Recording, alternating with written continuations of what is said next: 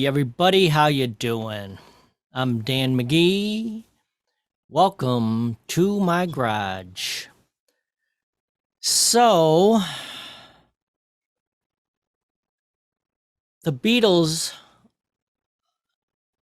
Get Back is on Disney Plus right now. And I watched it, and then I liked it so much, I watched it again. But the amazing part to me is I grew up with the Beatles, but I wouldn't call myself a big fan at the time. There were a lot of other bands that I liked, and the Beatles were, I always liked the Beatles, but I wouldn't go out and buy an album because they weren't one of my favorites. And when you're growing up and you're a kid, you only have so much money to spend on albums. So, a couple of the albums that I bought was I bought um Alice Cooper, Billion Dollar Babies.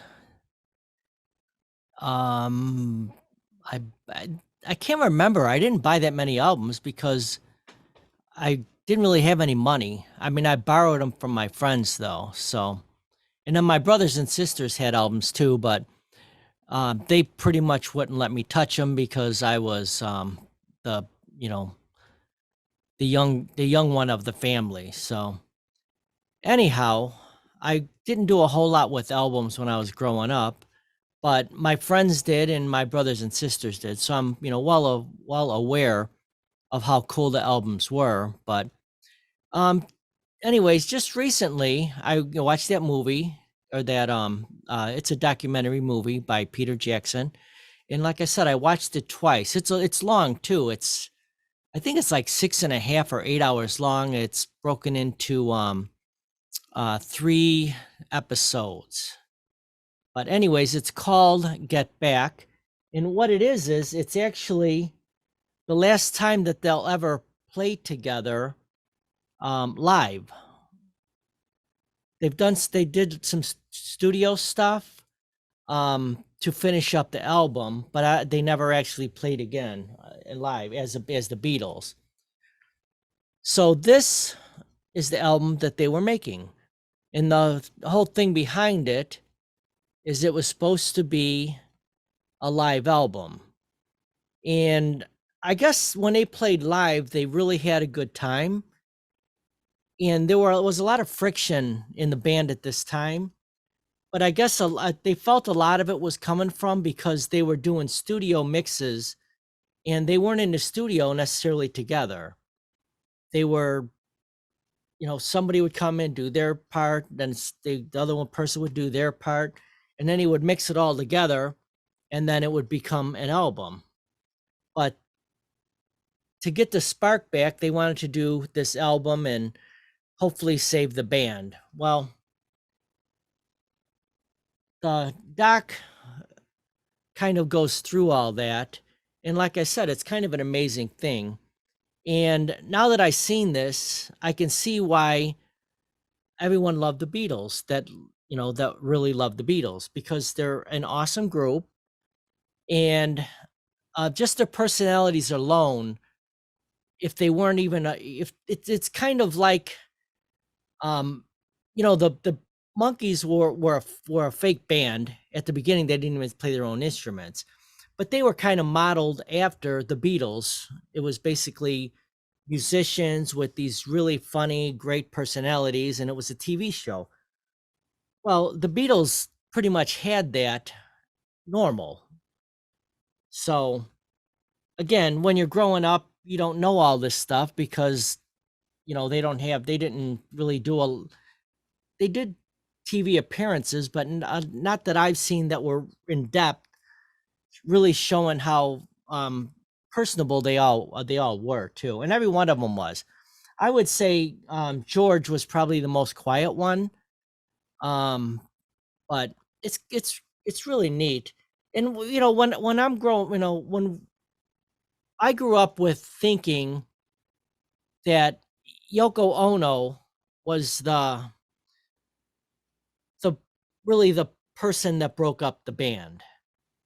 And if you watch this documentary, it doesn't seem like it's like it at all. It just seemed like they were all ready to move on. George wanted to do his own thing. John wanted to do his own thing, and then Ringo. They all wanted to do their own thing, and I guess their plan was to do some um, single albums and then get back together, which they never did because there was some hard feelings with some of the stuff that was happening in the band. But I mean, later on in life, they all regrouped and they became friends again. But they never became the Beatles again. So anyhow, I got this album. It's a remix um, from 2021. So I thought it was. I think it goes along with the Get Back um, documentary, but I'm not exactly sure. But it's all the same songs and then more because the documentary don't have all the songs on it. It just has, I think it has 7 or 8 songs, but it's an awesome documentary. But in doing this, I got interested in um, albums. And like I said, when I was growing up, I didn't have any money to buy albums. So I didn't really buy much music.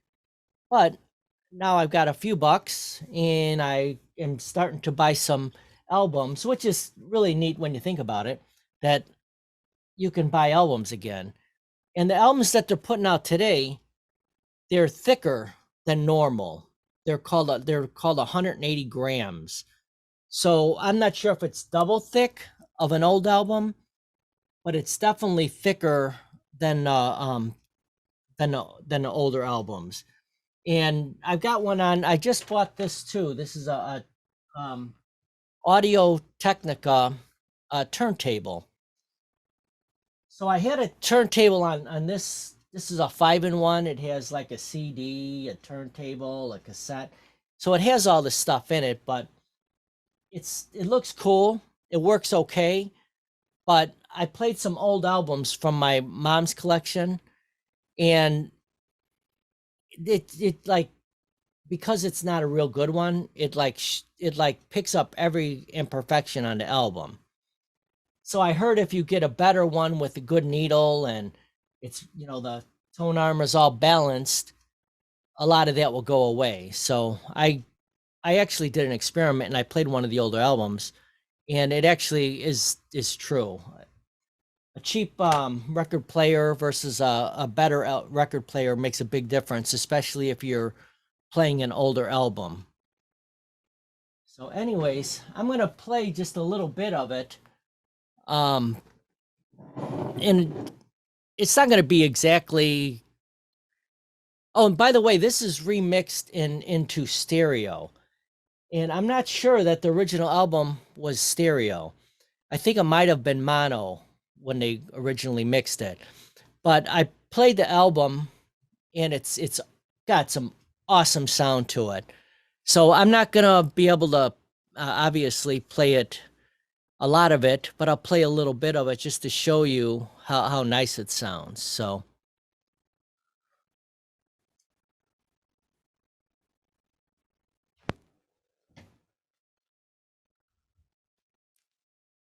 they're gonna probably take it down if I put it on YouTube because of um, the rights. I'm using their music and I shouldn't, but hopefully because I was talking over it, it won't be so easy to find. But I think that's about all. I just wanted to kind of pass on my thoughts about the Beatles and how I missed them the first time around.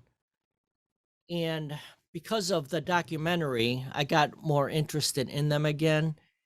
And I'm, able to enjoy them, like everybody else did at the time. Oh, by the way, kind of amazing. This album was put out May 8th of 1970.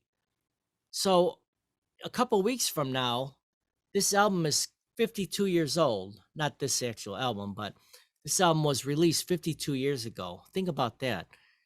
Um, I would bet a lot of the people that watch this video were really young or not even born when this album was released. So if you've never experienced the Beatles, give it a chance. You won't be you won't be disappointed. And definitely, if you can watch the Get Back documentary, that even enhances the whole Beatle thing because it really brings out their awesome personalities. So, all right, rambling on. Talk to you later. Cheers, baby. Cheers.